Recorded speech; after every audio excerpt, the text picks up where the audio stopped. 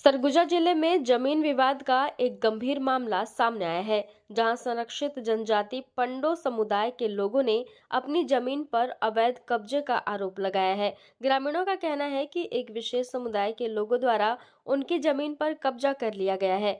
इस मामले को लेकर अब राजनीति भी तेज हो गई है। वहीं सरगुजा कलेक्टर ने पूरे मामले को संज्ञान में लेते हुए जांच और उचित कार्रवाई का भरोसा दिलाया है। ये मामला सरगुजा जिले के माजा ग्राम पंचायत के राजा कटेल इलाके की है, जहां पंडो समुदाय के लोग अपनी जमीन वापस दिलाने की मांग को लेकर कलेक्टर और एसपी कार्यालय पहुंचे। ग्रामीणों का आरोप है कि करीब 30 से 40 साल पहले मुस्लिम समुदाय के कुछ लोग बकरी पालन के व्यवसाय के लिए इस गांव में आए थे। शुरुआत में उन्होंने अस्थायी झोपड़ियां बनाकर रहना शुरू किया, लेकिन समय के साथ ग्रामीणों को बहला फुसलाकर उनके जमीन पर कब्जा कर लिया गया। ग्रामीणों का कहना है कि अब पंडो समाज की बड़ी हिस्से की जमीन पर इन लोगों का कब्जा हो चुका है। कई वर्षों से वे प्रशासन से जमीन वापस दिलाने की मांग कर रहे हैं, लेकिन अब तक इस दिशा में कोई ठोस समाधान नहीं निकल पाया है। लाल पैकरा, अनुसूचित जनजाति मोर्चा के जिलाध्यक्ष सरगुजा।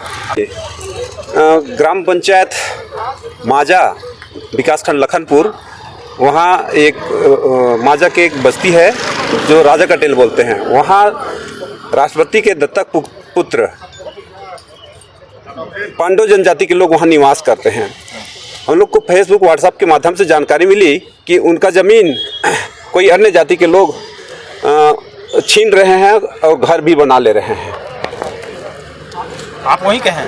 नहीं, मैं सीतापुर का निवासी हूँ, लेकिन हमारी एक जिम्मेदारी बनती है हमारे आदिवासी मोर्चा के जिलाध्यक्ष होने के नाते सरगुजा में हमारे जनजाति समुदाय के साथ अन्याय न हो, इसीलिए ये बात को इनको सहयोग करने के लिए हम लोग। अब आप लोग क्या पहल किए हैं, क्या करें इसमें? हमने ये कहा, हमारे पूरे टीम के साथ हम पांडव जनजाति के साथ खड़े हैं। उनके साथ अन्याय नहीं होगा, उनका ज़मीन उनको वापस दिलवाने के लिए प्रयास करेंगे। आज कहाँ आए थे आप लोग? आज एफआईआर करने के लिए हम लोग एसपी कार्यालय यहाँ आए हुए थे और आवेदन अभी आपके माध्यम से दिए हैं और आप सबका हम सहयोग चाहते हैं कि इनको न्याय मिले। तो ऐसा अभी अभी हो रहा है या फिर पहले से होता आ रहा है? ऐसा जिस हिसाब से इन लोग वो कर रहे हैं, कब्जा कर रहे हैं। ये देखिए, एक चीज़ बताऊं, हमारे जनजाति समुदाय एकदम सब भोले भाले होते हैं। इन लोग से थक के बहला फुसला के उस समय सिर्फ एक छोटा जगह मांगे जहाँ पे बकरी चराने की बात कह रहे हैं, और इसके बाद में धीरे धीरे इनकी जाति का स्वभाव ही ऐसा है कि थोड़ा सा जगह मिल गया तो फिर उनका अपना परिवार और बसाते जाते हैं। मेरा भाई, मेरा भाचा, इस टाइप से करके उनका अपना परिवार को विस्तार करते जाते हैं और ऐसे सीधे साधे पांडव समाज के साथ धोखा करके उनके जमीन को कब्जा करके रखे हैं। न्याय नहीं मिलता है तो अगला कदम क्या होगा आप लोगों का? न्याय मिलेगा, हमें भरोसा है, सरकार है अपनी, हमें पूर्ण विश्वास है, हमारे साथ पूरे टीम है, जनजाति पूरे समाज है यहाँ के, निश्चित रूप से हमको मिलेगा, हम उम्मीद करते हैं। वजह क्या मानते हैं, काहे पुलिस कार्रवाई नहीं कर रही है?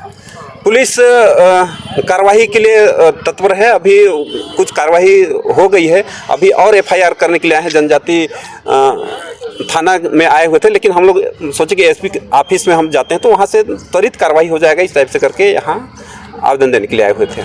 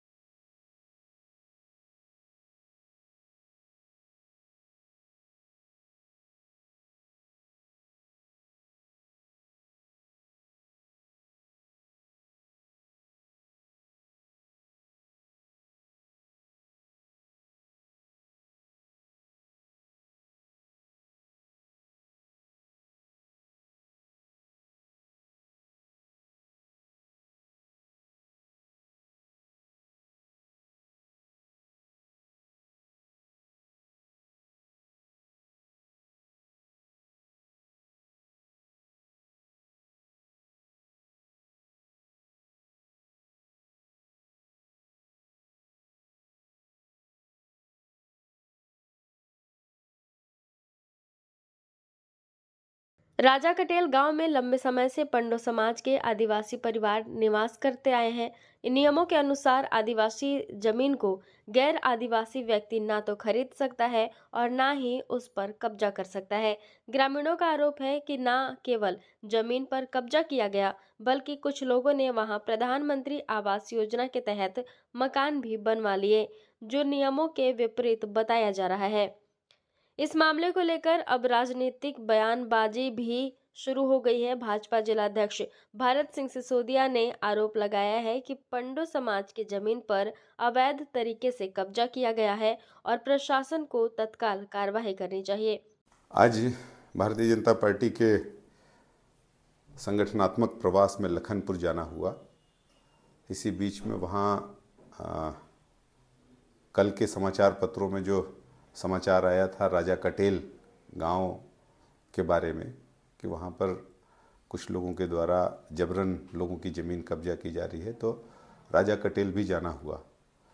राजा कटेल में जाकर के लोगों से मुलाकात करने के बाद ये समझ में आया कि कुछ लोग जो कि बकरियां खरीदने के बहाने उस गांव में आए थे और ऐसे बड़ी लोगों ने वहाँ पर आश्रय लेने के लिए कुछ झोपड़ी अपनी तैयार की और लोगों से मांग करके थोड़ी बहुत ज़मीन लेकर के, चूँकि ग्रामीण सहज होते हैं, उन्होंने सहजतापूर्वक उनको ज़मीन उपलब्ध करा दी। एक परिवार आया, दो परिवार आया, ऐसा करके अब लगभग 80 से अधिक परिवारों ने उस वहाँ की बड़ी बड़ी भवन बना लिए हैं। वहाँ की ज़्यादातर ज़मीनों को, लगभग 70% ज़मीनों पर उसका कब्जा है।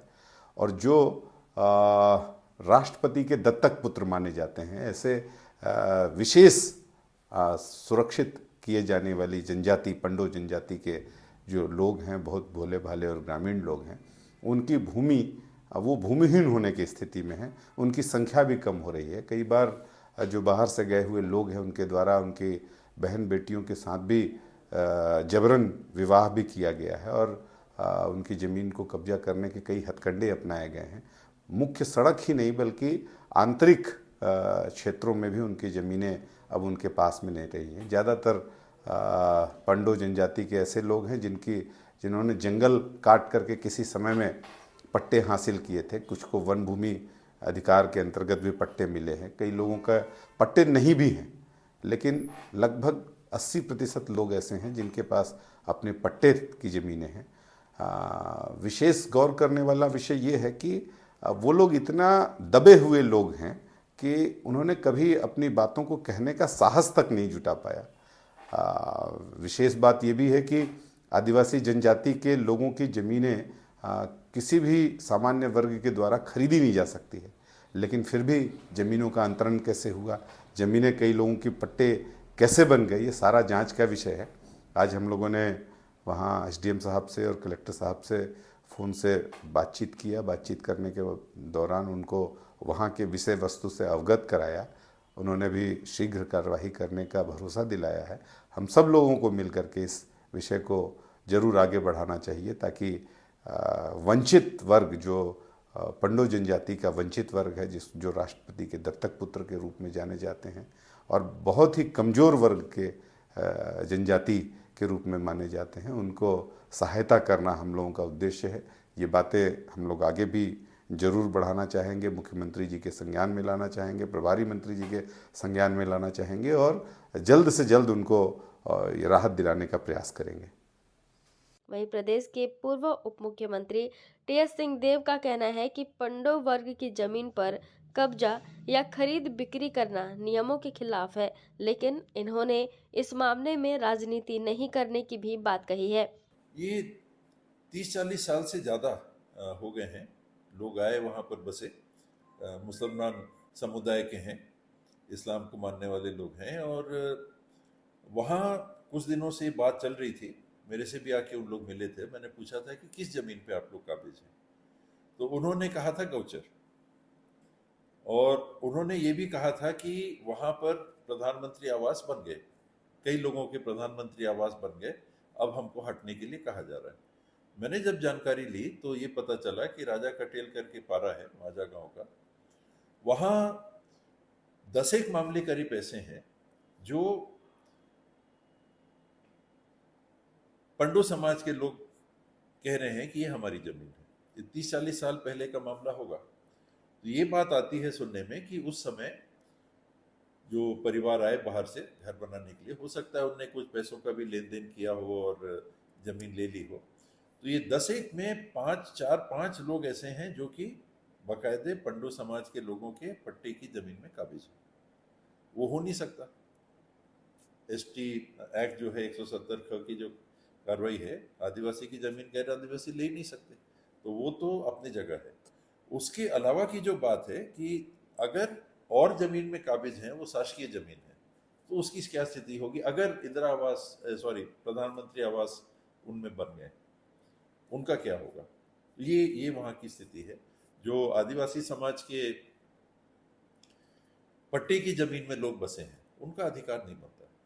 ये दुर्भाग्य से वहाँ एक माहौल बनाने की कोशिश की जा रही है, फिर से अल्पसंख्यक वर्सेस बहुसंख्यक का माहौल बनाने की, और पंडो समाज को उसमें उपयोग करने की कोशिश कुछ लोग कर रहे हैं, ताकि एक माहौल ऐसा बना के कि कुछ वैसी बात हो गई। सामान्य वैसी बात है जो कानून में मेरी जानकारी में जितनी बात आई है कि जितने लोग पंडो समाज के, आदिवासी समाज के, पंडो संवर्ग के नागरिकों के जमीन पे काबिज हैं, भले उनने पैसा दिया हो, भले उस समय उनकी सहमति से बसे हो, वो वहाँ नहीं बस सकते। आज उनके अगर उत्तराधिकारी आपत्ति कर रहे हैं या स्वयं सरकार संज्ञान में लेके कार्रवाई करेगी, वो कानून विधि सम्मत होगा। इधर सरगुजा कलेक्टर अजीत वसंत ने पूरे मामले की जांच कर आवश्यक कार्यवाही करने की बात कही है। राजा कटेल से गांव वासी जो पंडो समाज के जो लोग हैं वो मेरे पास यहाँ पर अपनी शिकायत लेकर आए थे। उसी दिन तत्काल एसडीएम उदयपुर को निर्देशित किया गया है कि वे उनकी भूमि पर अगर किसी भी व्यक्ति का अवैध कब्जा पाया जाता है तो उसको हटाने की कार्रवाई करें। एसआईआर को लेकर भी आपत्ति दर्ज कराई गई है। एसआईआर को लेकर कुछ आपत्तियां प्राप्त हुई थी। एसआईआर के संबंध में स्पष्ट निर्देश सभी ईआरओज को दिए गए हैं कि किसी भी पात्र व्यक्ति का नाम मतदाता सूची से नहीं हटेगा, और कोई भी व्यक्ति अगर वो अपात्र है तो उसका नाम मतदाता सूची में नहीं रहना चाहिए। इस संबंध में स्पष्ट निर्देश जारी किए गए।